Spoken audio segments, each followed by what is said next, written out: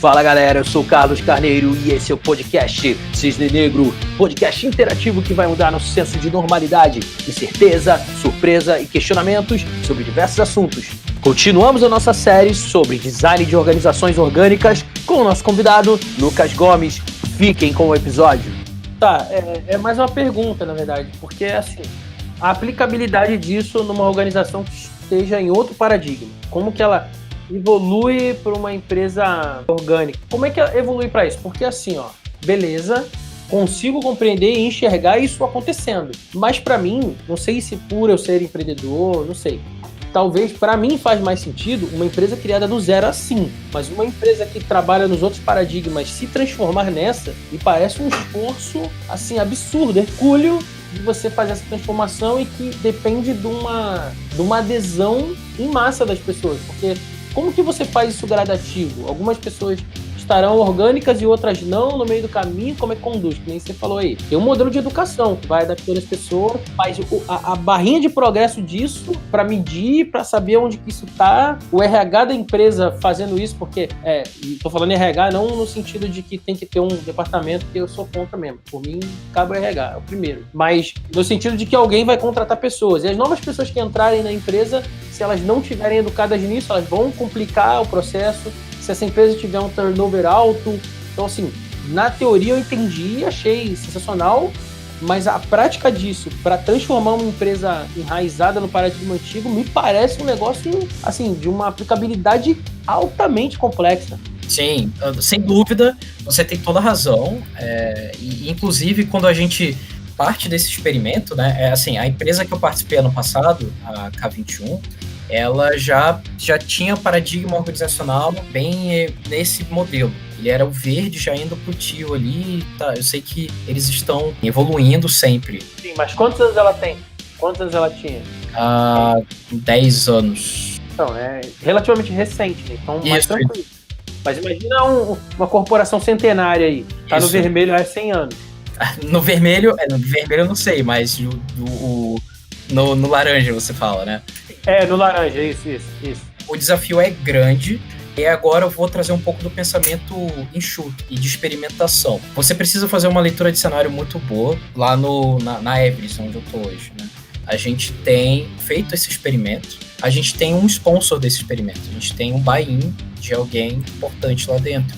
Então, e aí a gente está experimentando para gerar, veja bem, não é a intenção, né, aqui não é, não, agora vamos... O corporativo usa muito essa palavra, né? Vamos tombar para esse modelo.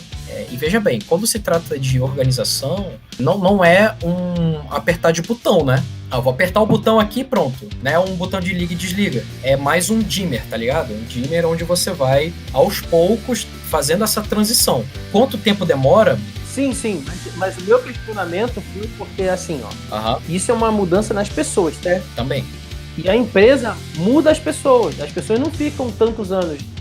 Por exemplo, vamos supor que o processo demore 5 anos. Vou chutar aqui, tá? Eu sei que provavelmente não tem tempo, é de cada um, tá? Mas vamos dizer que, só para efeito didático aqui, demore 5 anos para as pessoas passarem nesse processo. Mas se nenhuma dessas pessoas durar 5 anos lá, ela não vai até o final e a outra que entrar vai ter que ser introduzida ali, entende? Essa mudança de pessoas, esse rodízio nas organizações que hoje é muito comum, dificilmente as pessoas ficam muitos anos na mesma empresa, certo? Quem fica 10 anos numa empresa hoje? Difícil, cara. A pessoa fica 3, sei lá, no máximo. A média é 2 anos. Então, assim, como que isso é praticável nesse sentido? Porque, beleza, você vai virando, vai evoluindo a barrinha ali, transicionando, mas um monte de coisa vai acontecendo que meio que te puxa, que complica esse processo, entendeu? Se fosse linear assim, pega um grupo, vai até o final com ele, cara, realmente é um dos fatores que é positivo, mas isso já é uma coisa que você não tem. A própria pessoa que tá aplicando o processo, às vezes sai, aí troca, aí muda. Caramba! E aí, assim, de novo, né? Trazendo um pensamento enxuto, lean. A gente está fazendo esse experimento bem pequeno. A gente começou com um círculo apenas, e aí a gente está experimentando esse modelo. Eu entendo que pode ter turnover e tudo mais, mas sim, tem essa parte de capacitação, de mentoria, né, explicar para a pessoa como que funciona e tudo mais. Tanto que toda pessoa que entra no nosso círculo, a gente tem todo um onboarding dessa pessoa, como se ela estivesse entrando numa empresa nova. Não é a outra empresa, né? Você entendeu o que eu quis dizer, né? É o onboard no processo. Exatamente. É um modelo, onboard no processo daquilo que a gente está construindo ali. Né? E aí a gente explica que os acordos, né, são todos explícitos, a gente tem papéis, né? E aí a O2 ela tem alguns papéis essenciais que aí eu acho que é bem interessante a gente citar aqui, que é o elo externo, e aí eu explico resumidamente depois como é que funcionam esses papéis, que é o elo externo, o elo interno, o facilitador e o secretário. Então, o elo externo, geralmente, são pessoas que levam as tensões do círculo para o círculo maior. E aí, pensando, né, numa organização onde tem vários círculos dentro de círculo, no experimento, né, que a gente, por exemplo, não tem isso, a gente está experimentando aqui sem isso. Depois a gente tem o elo interno, que ele faz ao contrário do elo externo. O elo externo leva as tensões para fora e o elo interno traz as tensões para dentro. Você tem o papel do secretário, que ele vai cuidar de toda a estrutura interna e anotações das reuniões, e o facilitador, que é facilitar as reuniões para que elas aconteçam de forma saudável. Basicamente, eu resumi aqui os papéis essenciais. Então, assim, eu lembro que quando eu fiz o treinamento de O2, existe um treinamento disso, tá, pessoal? Inclusive, existe um treinamento até gratuito. Posso depois deixar o link aqui no chat, que eles explicam tudo isso que a gente está passando por aqui. Um curso gratuito da Target Steel, né? Mas também tem o curso intensivo, né? O de facilitador. É uma série de vídeos no YouTube, e se não me engano são 13 aulinhas, e é bacana porque ele vai dando uma pincelada basicamente de tudo que a gente está conversando aqui. Ah, boa, o Mário ele é amigo do Danilo, da Target Steel, mas ele nunca disse isso. Mas nunca contou pra ele, aí, tá vendo? Esses amigos aí que podem. Pô, eu fiz aula com o cara, ele apresentou o O2, eu fiquei apaixonado. Falei, cara, isso é a coisa mais maravilhosa do mundo, eu quero fazer um experimento com isso. Ele falou, paga lá o curso. Eu falei, vou mandar pra você, vou mandar pra ele a mensagem agora, daqui a pouco, falando, tô sabendo que você tem um curso gratuito, né? Exato. E além disso, eles têm um canal no Slack chamado Teal Network. Depois eu vejo com o Carlos, não manjo muito de Slack. Meu fraco é ferramenta, tá, gente? Mas depois eu vejo como é que eu compartilho o link para vocês entrarem no canal do Slack deles. E assim, rola altos papos lá e, inclusive, esses questionamentos rolam lá, tá, Carlos? Tipo, como isso acontece, né? Então, voltando um pouco pro experimento que a gente está fazendo, ele é muito pequenininho ainda. Ele é bem embrionário, vamos dizer assim.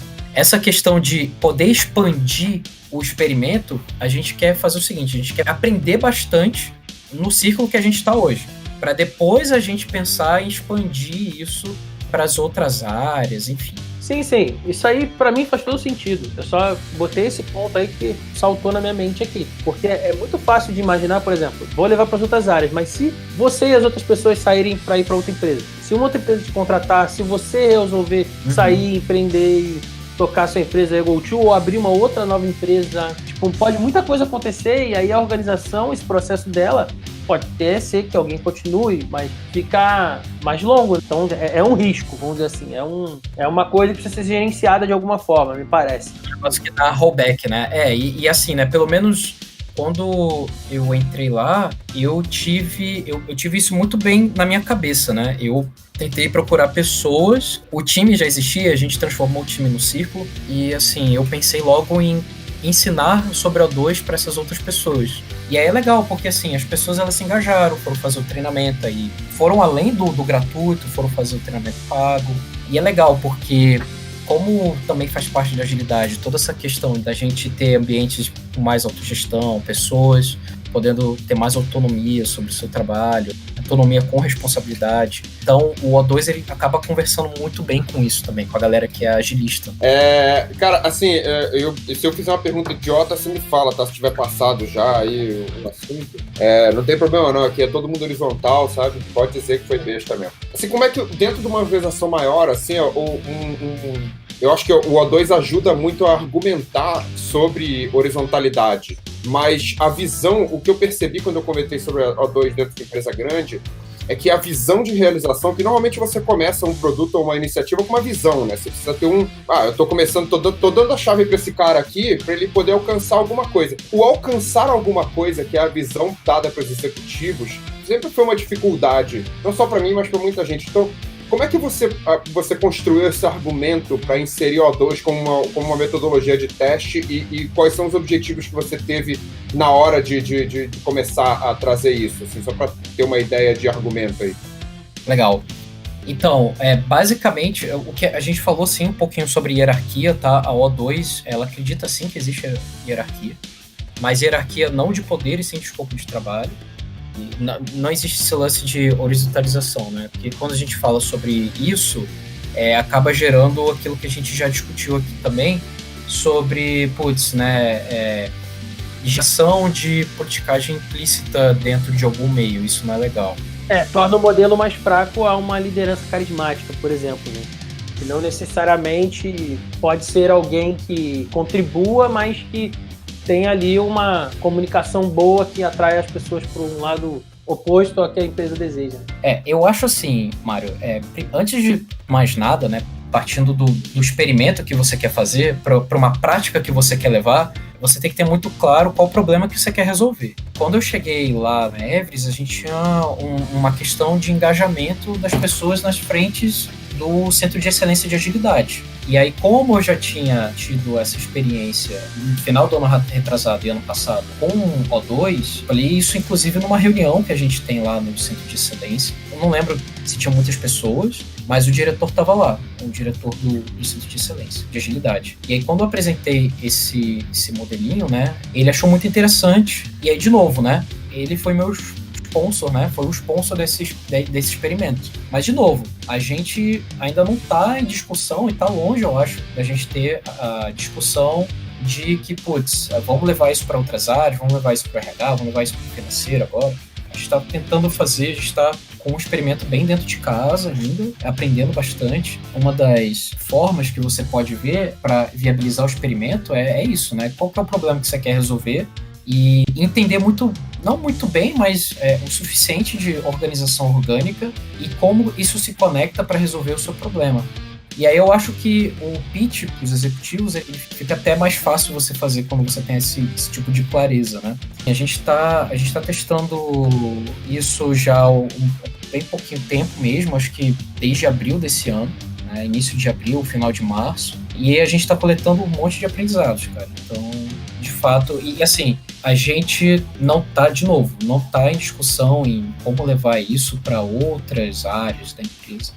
Porque, de novo, eu acredito assim, né? Quando você precisa fazer uma leitura de cenário muito boa e enxergar os problemas sistêmicos que estão acontecendo na organização. Dado que você tem essa clareza, aí sim você vem com uma abordagem. Se você fizer o contrário, aí sim vai ser até um pouco mais difícil de você achar um sponsor para esse experimento. Você vai chegar, olha, eu tenho isso aqui e tal, e o cara fala, beleza, mas e aí, o que isso vai... Por exemplo, né, uma pergunta que poderiam te fazer, né? Quanto que a empresa vai ganhar mais? É algo que uma organização conquistadora laranja, né, faria. Qual que é o ROI disso aí? Exato, entendeu? E aí é legal, porque assim, a gente muitas das vezes, né, a gente que tem esse espírito intraempreendedor, muitas das vezes a gente faz algumas coisas até meio que sem pedir permissão, hackeando a cultura mesmo. A gente, ao invés de chegar e, não, aqui agora vamos fazer assim, agora, essas áreas vão ser assim, assim, assado. Não, a gente vai fazer o seguinte, vamos fazer um experimento aqui no nosso time. Vamos transformar o nosso time no círculo e aí a gente começa a tentar compreender mais o modelo para aí sim a gente poder levar os resultados e ganhos dessa iniciativa. Tá, mas vamos lá. Você falou que não está sendo discutido como expandir isso nas outras áreas, coisa e tal, mas quando isso é feito usualmente por aí, quando isso é aplicado, normalmente é assim que é feito? Por área, por departamento, ou depende, ou às vezes tem outros recortes, outros meios, como é que é? Depende. Eu sei que, por exemplo, a Target Hill tem uma consultoria que eles chegam e começam a fazer, depara, né, de como é a organização hoje pro modelo orgânico, pro O2. Então, sim, há um pouco aí de transformação declarada, mas também tem esse viés da experimentação, onde você acha um sponsor para essa experimentação, essa pessoa ela tá dando meio que carta branca para você rodar esse experimento, e é bem legal porque essa pessoa, o Tom, ele tá sendo o sponsor desse experimento e tá participando desse experimento, inclusive.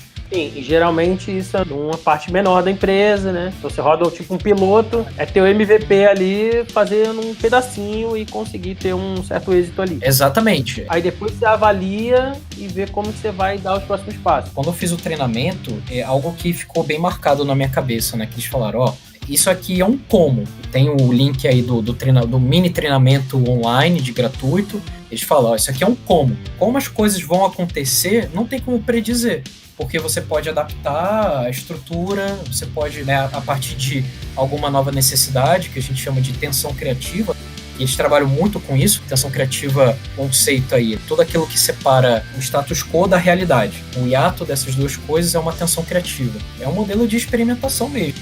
Só para você entender melhor a minha pergunta aqui. Sem ser esse modelo de ir atingindo as áreas, tem algum outro jeito de isso é feito? Já que você falou que depende. Então tem uma outra forma. Por exemplo, ao invés de ser por áreas, é assim. Tem algum exemplo para dar? De outra forma? Os meninos, eles têm uma consultoria que eles chegam na empresa e eles fazem todo o mapa da empresa, como é que elas estão hoje. Eu não sei dizer muito bem, eu estou só replicando o que eles disseram no treinamento.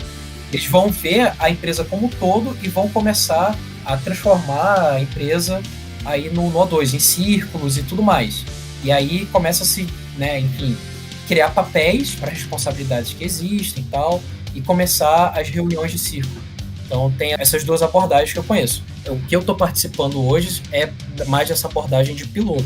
Já que a gente abordou vantagens e desvantagens aqui, características em geral de todos os paradigmas, o orgânico, você enxergou algum ponto fraco nele aí?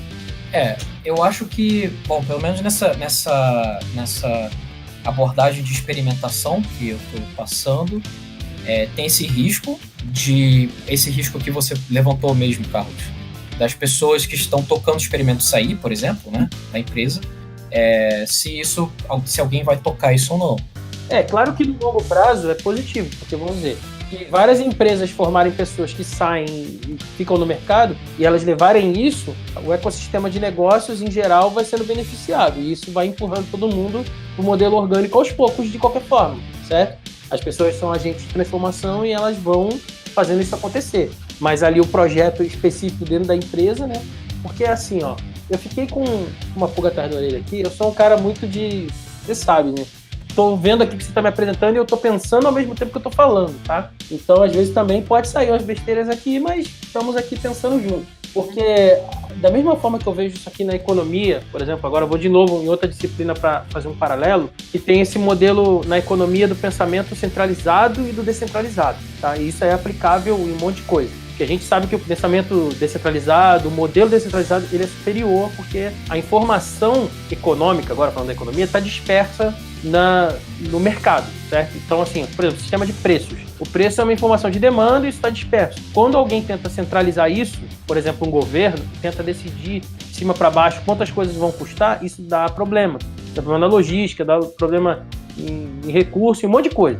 Desde faltar recurso até sobrar recurso, mas o dinheiro ficar com uma inflação tão alta que não adianta, que não dá para comprar. Então, tem catástrofe quando você tenta centralizar isso, porque você não consegue conceber todas as demandas de todas as pessoas. Você não sabe. O paradigma tem que ser esse.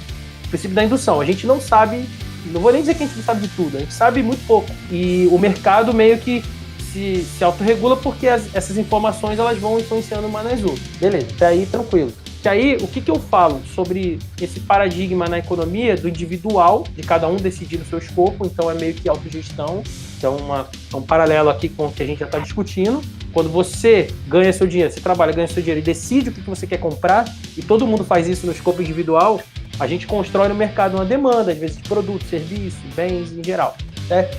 Então, a evolução desse modelo individualista, né, no bom sentido, é a cooperação. Certo? Aquela coisa de você ir do Adam Smith, que hoje a gente chama de capitalismo, ele chamava de sistema de liberdade natural, e de novo, chamava sistema num bom sentido, ele era um cara admirador desse tipo de modelo, para um John Nash aqui, teoria dos jogos. Então, eu estou fazendo a transição aqui do modelo individualista, cada um decidindo no seu escopo ali menor, e aí vários pequenininhos descentralizados têm uma decisão melhor que constrói um todo melhor. E a soma do individualismo não é você se fechar, e sim você cooperar, porque aí o que você faz.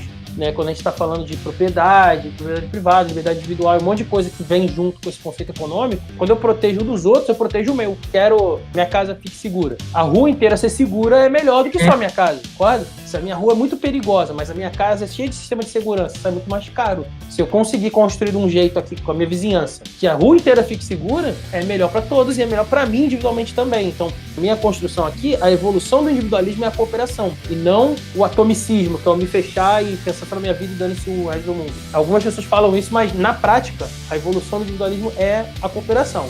Se a gente pensa em cooperar, né, e a empresa pensa em ser organismo vivo dentro de si, existe alguma disciplina, alguma parte aí da metodologia que prevê a interação entre empresas? Porque, entende? Que aqui a gente está pensando na organização. Você está fazendo isso lá na Everest, beleza. Mas como a Everest aplica isso em relação às outras empresas também? Como qualquer empresa faria isso? Se eu começo a conceber que tem outras empresas que também estão orgânicas ou estão caminhando para isso, como que eu faço isso de uma forma mais ecossistema, mais coletiva e integrada? Tá, bom, hoje a gente está muito distante dessa realidade, tá?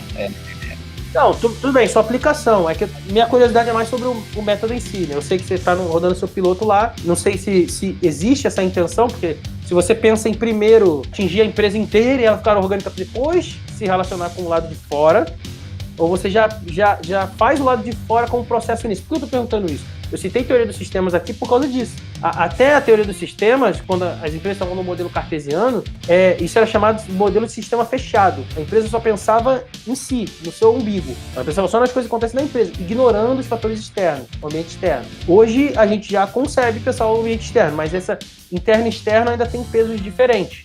Mas, no momento, coisas como, por exemplo, inovação aberta, já existe por causa disso, já existe uma interface externa e interna para poder trazer coisas de fora também. Você traz a inovação que está acontecendo fora da sua empresa para dentro e leva coisa de dentro para fora e troca muito. Então, quando você está tentando ficar orgânico, é previsto essa colaboração do ambiente externo para te ajudar a ficar orgânico, ou você fica orgânico primeiro para depois se relacionar com fora, ou não tem a ver, mas nesse sentido, sabe? Eu acho assim, acho que uma coisa não anula a outra.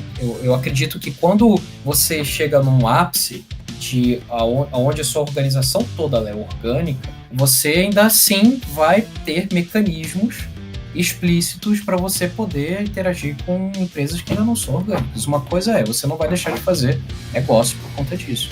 E é por isso que o O2 ele tem esse lance de acordos explícitos muito, muito forte. Provavelmente a gente teria um círculo grande o suficiente para poder fazer toda essa parte comercial, vamos supor assim, né? Ou para interagir com outras empresas que também são assim, né? E isso eu estou partindo da premissa que temos duas organizações completamente orgânicas e outra premissa que é uma organização orgânica e outra não. Mas se tem duas no processo, nenhuma das duas está completamente orgânicas, elas conseguem se relacionar na parte que elas têm de orgânica com a outra? Duas empresas diferentes, você diz, né? Isso, duas empresas, as duas estão no processo de se tornar orgânica, mas não estão completamente. Estão no meio do caminho ali na jornada. Elas conseguem, por causa desse DNA, desse embrião orgânico ali dentro delas, se conectarem de alguma forma? Como é que é isso?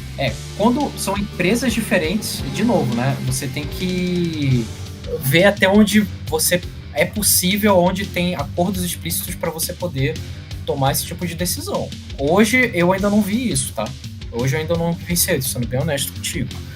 Inclusive, realmente eu não consigo imaginar muito bem como uma outra empresa vai interagir com outra empresa que ainda está no processo também. O que tem hoje de novo, a rede, né, da Targetil, lá no Slack, onde várias empresas que estão nesse processo contam suas experiências lá. Entendi, eles criaram uma comunidade para ter alguma interação, mas aí fica a cargo de cada um também, espontaneamente, fazer isso. Isso aí. Por exemplo, quando eu tenho alguma dúvida, surge alguma coisa, no meu experimento, eu vou lá na comunidade e tiro dúvida. Isso aí já é mais a troca comunidade ali, para aprender junto, para trocar. É que eu tava perguntando mais uma coisa assim, por exemplo, se você quer fazer um projeto em conjunto, se você quer lançar uma joint venture entre duas empresas, se você consegue usar isso para viabilizar coisas desse tipo, entende? Vamos lá, Carlos. Isso que você tá trazendo, de novo, tá me parecendo muito uma tensão criativa, né?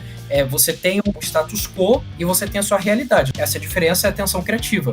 Então, provavelmente, o que o modelo prediz? Você vai trabalhar nas reuniões do O2, tem ali o modo sincronizar, por exemplo, onde você vai sincronizar tensões criativas, você vai trabalhar em cima dessa tensão para que você faça um plano de ação para atingir o status quo, ou para caminhar em direção a ele. Estava até um pouco confuso, assim, como que eu poderia te responder isso, mas é muito por conta disso, né? É a tensão criativa. Eu acredito que hoje o modelo ele se resolve através disso. Você tem, né, vamos lá, a gente precisa fazer a joint venture. Se o lado de lá tem organização orgânica ou não, mas o lado daqui a gente já está em processo, isso já é uma tensão criativa e a gente vai trabalhar em cima disso, gerando um plano de ação e tudo mais. É meio que on demand para os dois lados, tem que ser customizado, vamos dizer isso aí. Exato, isso aí. Não é uma coisa do método previsto de como você interage.